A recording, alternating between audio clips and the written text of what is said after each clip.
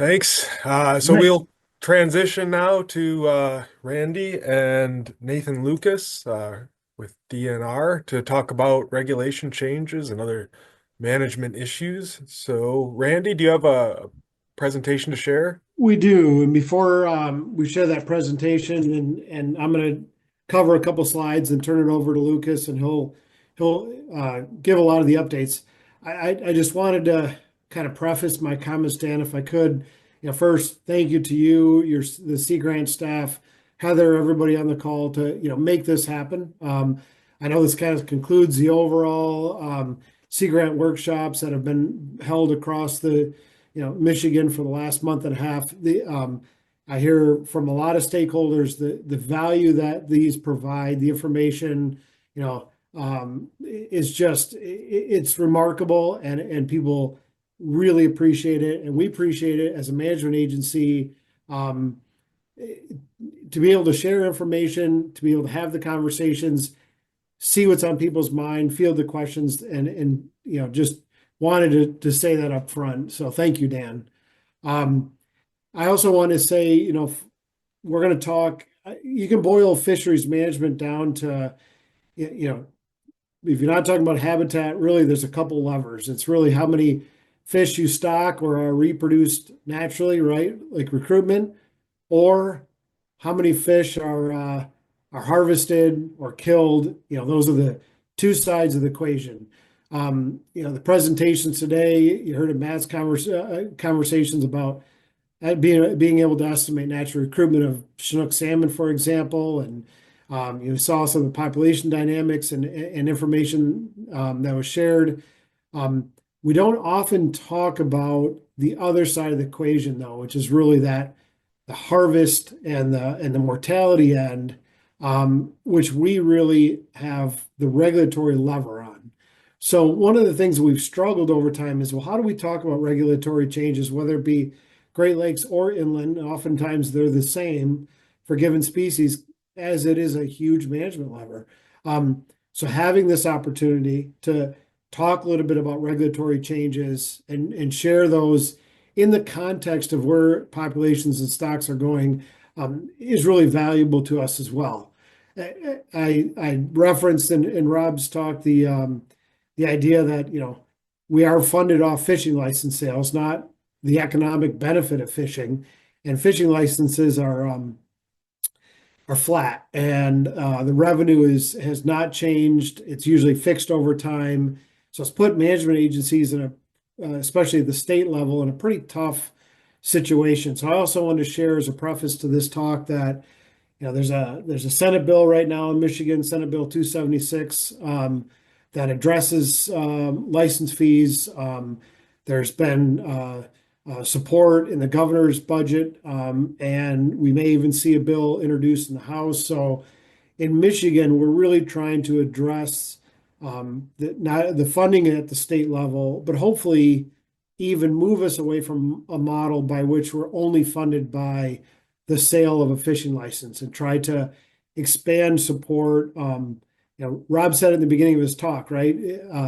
People are interested in this because they like fishing, and then they have value in that. So how do we link the value that people have to what we can do as a management agency, and collectively across the Great Lakes and fishing, and trying to address that funding model has been a big priority. So I just want to say that we've got some real progress on that front, and if you have questions about that, we're not going to get into it in the slideshow. I encourage you to reach out, let us know. We'll answer any questions. So if you could, either Lucas or I don't know if yep, there you go. Share the thanks, Caitlin or Lucas, who's ever doing the work behind the scenes. We'll just jump in, and you can go ahead and go to the next slide. One of the most important things you can learn as a leader is that you no longer know everything, nor did you ever have a full grasp of everything, right? But instead, you're supported by the staff, and a lot of them are on the phone or on the call today, that do the work on the ground, that are dealing with the issues, that are kind of that interface between the science, between the political pressures and the social interests to really come up with appropriate management strategies um, for fisheries and really for any natural resources. So, I'm really happy to be here and to give this presentation, but understand that there are people across Michigan, not only within the state of Michigan, but our tribal and federal counterparts that also do a lot of really good work. And some questions and discussions, likely should fall to them. And so I might even call on some to say, hey, I think I see the Lake Superior Basin coordinator's on the call. I'd like him to jump in and answer a question. But what also is important is this map, Michigan, we manage by watersheds. And I always like to reference the idea that if you dump a bucket of water, which Great Lake will it ultimately flow into if you dump it on the ground? And that watershed is really how we manage the fisheries.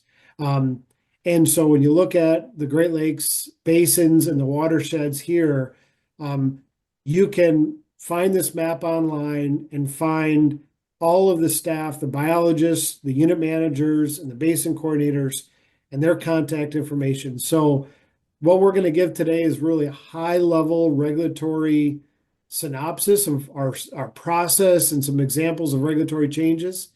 But I really encourage you, reach out to those staff, both in terms of what you heard today, but even future management concerns you might have, or ideas for regulatory changes that you think might provide more opportunity or even protect fish stocks or do both.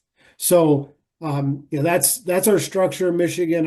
I'm really proud again of our approach and our staff. I'll use just a little tidbit that I like to share. I took an analysis of the fresh water by each state. I divided it by the biologists that the state has to manage those waters. And I don't know if anyone knows this, but the national average is 15,000 acres. So if you're a biologist, that's about what you're expected to manage. In Michigan, our biologists manage 500,000 acres. So they have a lot of responsibility. And the way they approach their work and make these changes, we spent a lot of time to get stakeholder input through venues like this, come up with regulatory changes that are workable, in an adaptive management framework. And you're going to see a range of things from burbot to northern pike and everything in between. So with that, Lucas, I want to turn it over to you, and thanks for letting me give a long-winded intro. Thanks, Randy. Hello, everyone. My name is Lucas Nathan. I'm the Aquatic Species and Regulatory Affairs Unit Manager in DNR Fisheries Division. So I'm based out of Lansing, and I'll just do a quick overview here today of what we have going on this year in terms of our proposal recommendations.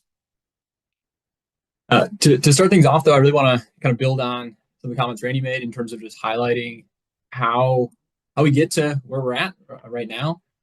So when we develop regulatory proposals within the division, it really starts with an idea, and this idea is typically focused on trying to address a problem or expand an opportunity in some way, shape, or form.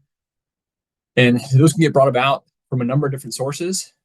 For instance, internally, we have staff out there collecting data, doing surveys, and evaluating what's going on across the landscape. They might identify something, but it also can come from external sources. So, whether that's from anglers reporting what they're seeing or what they're catching. We also have various committees that are made up of various angling groups and stakeholders that they might raise a concern or identify an opportunity. And that's sort of where it starts.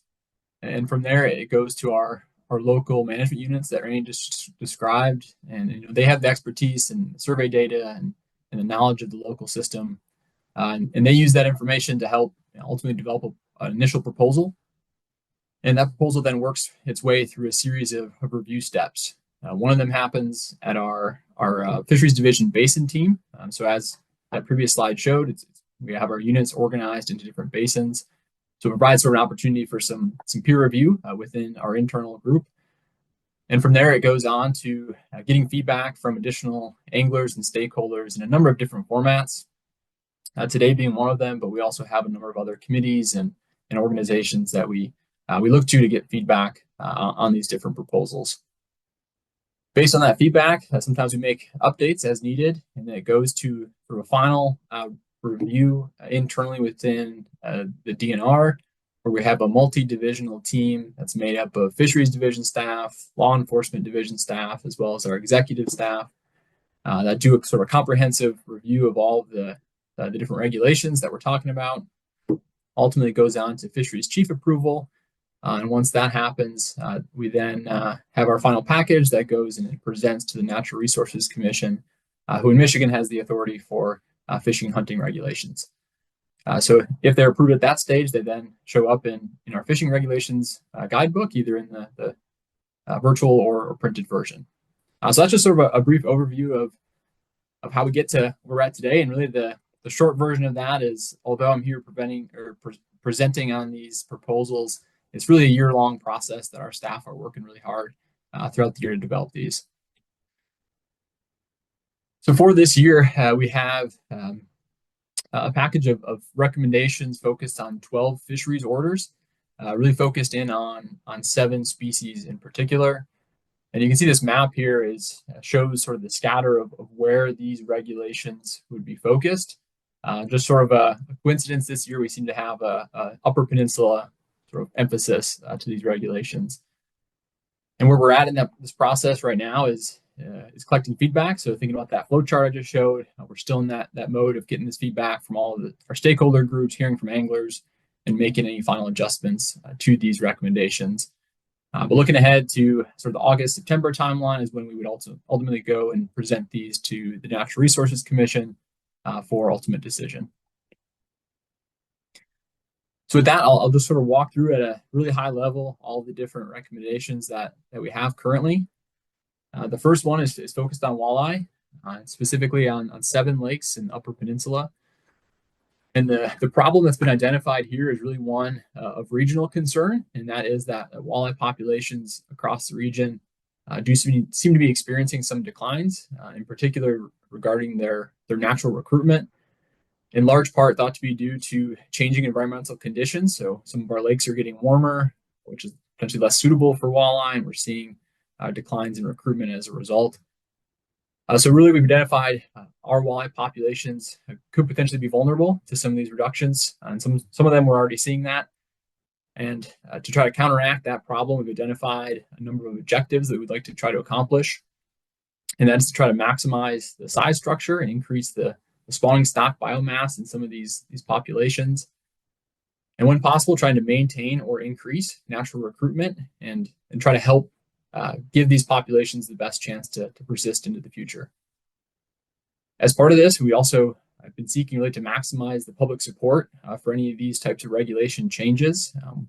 We do have some special walleye regs across the state, but not a ton of them, so they are somewhat unique, and getting public feedback has been really critical on this one, and our staff in the Upper Peninsula have been spending a lot of time throughout the last several months in particular getting feedback from local lake associations and hosting meetings and getting feedback through online forums as well. And as part of this, also trying to maximize our ability to learn via an adaptive management process. So again, I mentioned some of these regs are a little unique, so having a really robust evaluation strategy in place is critical for this to help understand if these regulation changes could help address the problems that have been identified. So with all those objectives in mind, the recommendations that we're working on right now would be to add a protected slot limit, which would mean no harvest of fish from 18 to 23 inches. And that would be on top of the existing 15-inch minimum size limit. Additionally, there'd be a limit of 1 fish over 23 inches, again, with those ideas of trying to increase size structure and increase the opportunity for natural recruitment in these populations. And then finally, as part of this set of regulations, our recommendation is to reduce the possession limit to 3 fish on all of those lakes, with the exception of Gogebic and Stanley, which would stick with the current 5 fish possession limit. Next up, we have one proposal focused on northern pike, and this is in Bass Lake in Kent County. The issue here is that this lake has been managed under a protected slot limit for the last 10 years or so. And based on some recent survey data suggests that protected slot limit regulation doesn't seem to be having the intended benefit of increasing size structure and promoting additional opportunities to catch larger fish. And because of these protected slot limits do restrict some fishing opportunities, looking at the survey data and considering those trade-offs, what we're trying to do here is maximize those opportunities, minimizing the complexity, especially if there's regulations that aren't necessarily having the desired effect. That's always something that we're keeping in mind and taking a look at. So given what we've seen in this population, the recommendation is to remove that protected slot limit and replace it with the statewide regulation, which is the 24-inch minimum size limit and 2 fish limit to allow some additional fishing opportunities at this lake.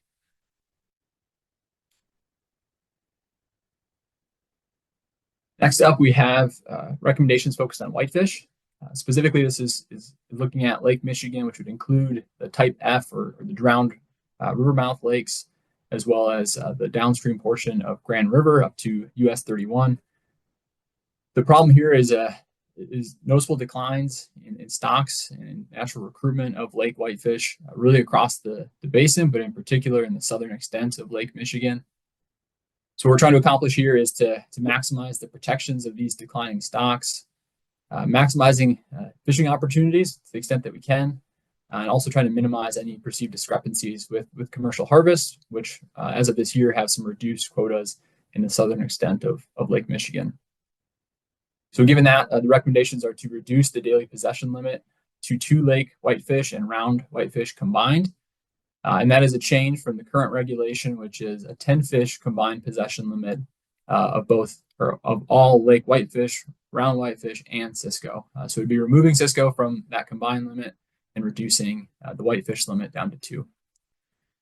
Additionally, as part of this, recommending removing the gear restrictions at 3 ports in the southern part of Lake Michigan that were put into effect last year, or approved last year, and would be put into effect this year.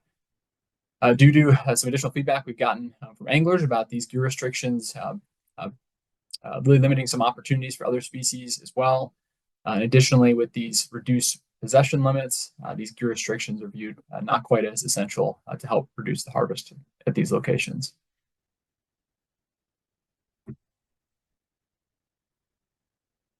Up next, we have lake sturgeon. This proposal is focused on the Menominee River, specifically the area between the Grand Rapids Dam to Sturgeon Falls Dam. Really, the issue here is one of just potential mismatch in our boundary water regulations. So our staff work really closely with staff from Wisconsin DNR on water bodies that are right at that Wisconsin-Michigan border. And for some of these water bodies that are shared, we try to align those regulations to address any confusion and make things easier for both anglers and law enforcement for managing these populations. With Wisconsin DNR, they are currently considering an expanded catch and immediate release fishing season in this location. What we're trying to do is be consistent in those regulations and also, when we can, provide some additional fishing opportunities as long as they don't put any of these populations at risk. So our recommendation is to expand the catch and immediate release fishing season the first Saturday in June to March 7th. And that would be an expansion from the current harvest season of September 1st through September 30th.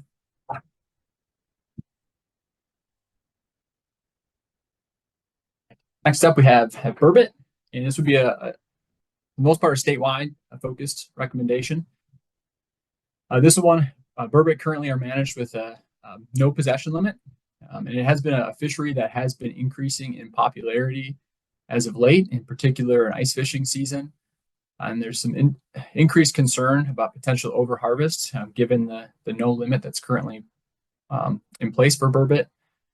So what we're trying to do here is to maximize our protection of these burbot populations while also maximizing the opportunity for anglers to go out there and target them. So trying to find that balance of opportunity and protection.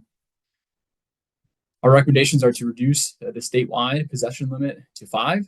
Again, trying to find that sweet spot of opportunity and protections. And as part of this change, we also are recommending the removal of a pretty unique hoop net fishery, which is in a few of the rivers in the Upper Peninsula. This is a relatively unique one and not super popular one and has been declining over the last couple of years. And the removal of this would help to provide additional protections for fish when they're moving into those rivers for spawning purposes.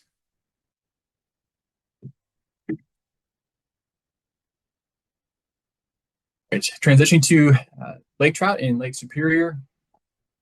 This one is specifically focused on two of the offshore reefs, so Standard Rock and Big Reef, which are identified in that map in the top right corner. This one, really the concern is over potential overharvest of increasingly and highly valued fishery. And the objectives are to try to maximize the protection of these popular destination fisheries. And they are fairly unique in that lake trout at these two reefs don't tend to intermix with the nearshore populations. They do represent a fairly unique group of fish that are out there. We're trying to maximize those protections while also still trying to provide the opportunity to target these fish and maximize those opportunities. And again, trying to minimize perceived discrepancies with commercial harvest, as both these locations are excluded from commercial activity. The recommendation for this one is to reduce the daily possession limit from 5 to 2 fish and retain the limit of only one of those fish can be over 34 inches.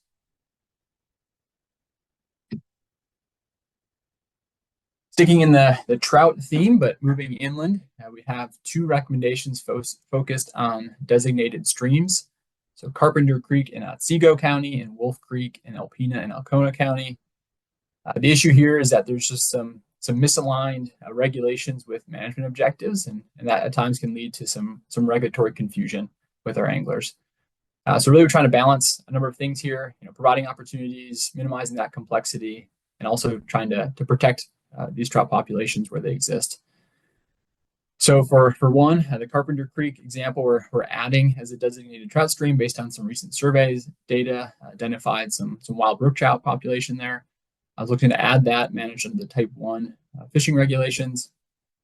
And then additionally, for the Wolf Creek one, clarifying the boundary of that designation currently includes some warm water habitat that isn't necessarily suitable for trout, so clarifying where that boundary exists and better alignment with our management objectives. And sticking with trout, but now for inland lakes, we have this one is kind of scattered across a number of locations. And this one really has the sort of same issue in that there's some misalignment in our management objectives, oftentimes due to habitat and suitability type issues. So really this same suite of objectives, trying to maximize opportunities where we can, but also minimizing complexity and keeping protections on some of these populations as needed. So we have a number of water bodies this would be impacted. So we have 4 that are being removed from the designated trout lake opportunity. Again, primarily because habitat just doesn't necessarily support trout populations. And additionally, we have 4 water bodies that would have a slight change in the type regulations, again, aligning with some recent survey data at times that suggest fish aren't reaching harvestable sizes, so modifying the regulations to provide those opportunities for anglers to catch and harvest fish. Okay, we're getting down there, but a couple focused on gear-specific regulations. The first one is on bead fishing. If you're not familiar with bead fishing, it's a increasingly common fishing technique in river systems targeting trout and salmon in particular.